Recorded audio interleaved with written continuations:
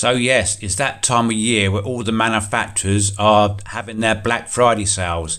So maybe you'll be able to bag yourself a great bargain before Christmas. If you see something that flicks your switch on the screen, did you see what I did there?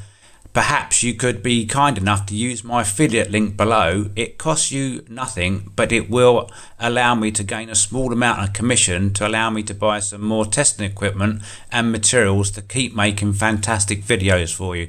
Anyway, I hope something does interest you and you're able to save some money during their Black Friday sale of 2024. As you know, I am a longer fanboy. I started off with a 10 watt and I've been very pleased with it. It's never let me down. So let me know what you think. Thank you for making it to the end of my videos, much appreciated. If you like what I'm doing and I've earned your trust and respect, perhaps you would consider subscribing.